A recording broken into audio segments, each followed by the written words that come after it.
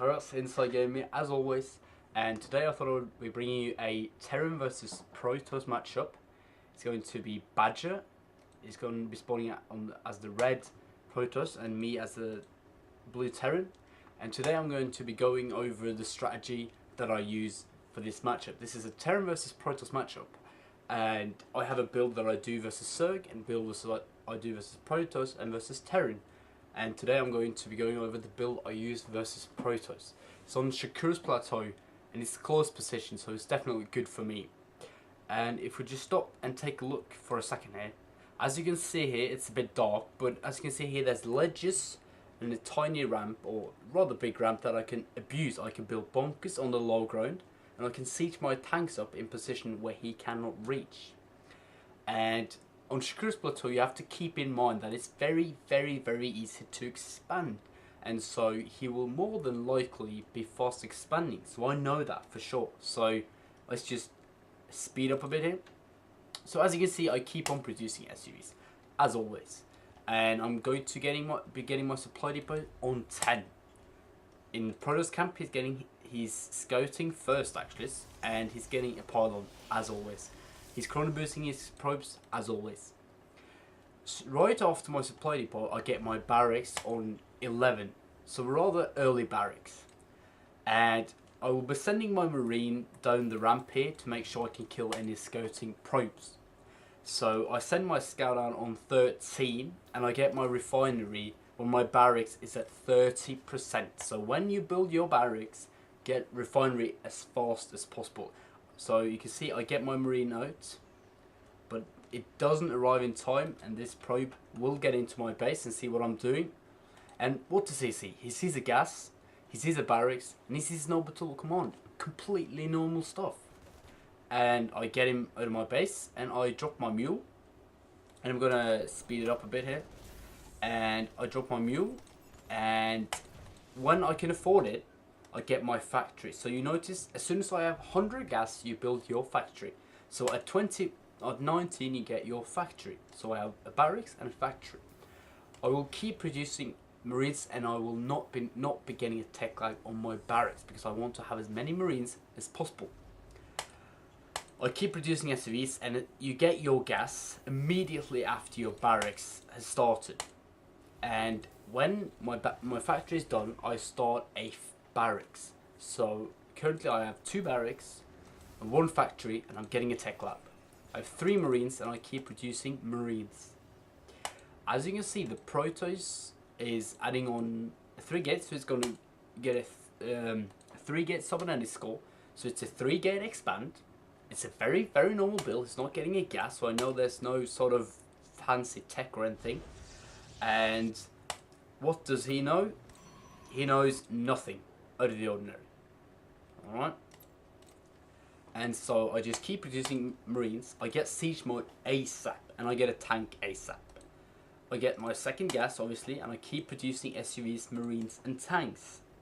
Now he hides his probes here, but that's not really a big thing. So you can see at 33, protoss is expanding. This is a pretty normal timing to expand. He has his stalkers, he has a zealot, and he's chrono boosting his gateways, and he's getting a gateways. This can be a risky build obviously versus roach bust, Bailey bust, early double barracks, any sort of early aggression. But my aggression, I'm going to stop here for a moment. My aggression comes pretty late. So at this point, he's thinking, right, he's not expanding.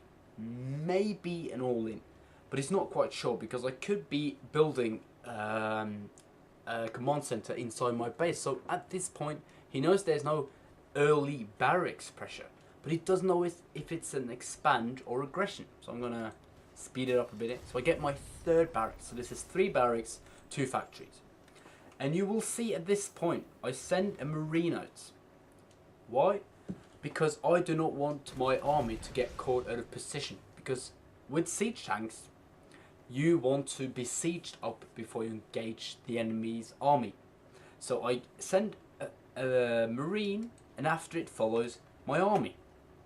At this point I keep producing marines, I keep producing tanks. So what do I do when I reach his base? Let's just stop here. He sees my army. He doesn't engage straight away, so he tries to engage, but my siege tanks are there. He cannot engage. He just lost 2 units. So I run up with my marines and I run back. The force fields are now working against him. A very good move. So at this point, force fields are useless because in order to put down force fields, he will need to get in my tank's range. So one quick thing I want you to notice here. When you are engaging a ramp, you're rushing a ramp with siege tanks. A very important thing, a very important aspect is having your marines spotting the high ground. Because one marine can kill 3 of his units by running up the ramp, giving my siege tanks vision, and therefore I can shoot his units. So use your marines actively to scout ahead so that he all of a sudden doesn't come down his ramp and just destroy me with immortals or charge zealots. It's very important to spot with your marines. One important thing, I have an SUV here. I'll continue the clip. I have an SUV. What will I do with the SUV? I will build a bunker. So I keep reducing tanks. And at this point, let's just face it, it's a very, very rough position for the Protoss. He has expanded, but he has to use his money on units. So he's getting Blink, a very, very interesting choice, but this was probably his plan long before he saw this push coming. So he's getting Blink, but that will not help him too much. So as you can see, I keep adding on barracks because he will get more and more units, and since he's in the defending position, he has the reinforcement advantage in shape of time, so he can get his unit in defensive position much faster than I can reinforce my army. So I need more barracks. So I keep adding on barracks and I keep spotting with my marines.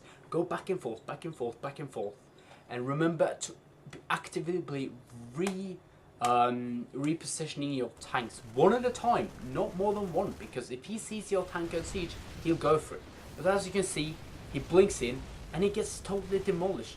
There is no way for Protoss to hold this push unless they go Colossi, Immortal, or Dark Templar, or maybe a Forget.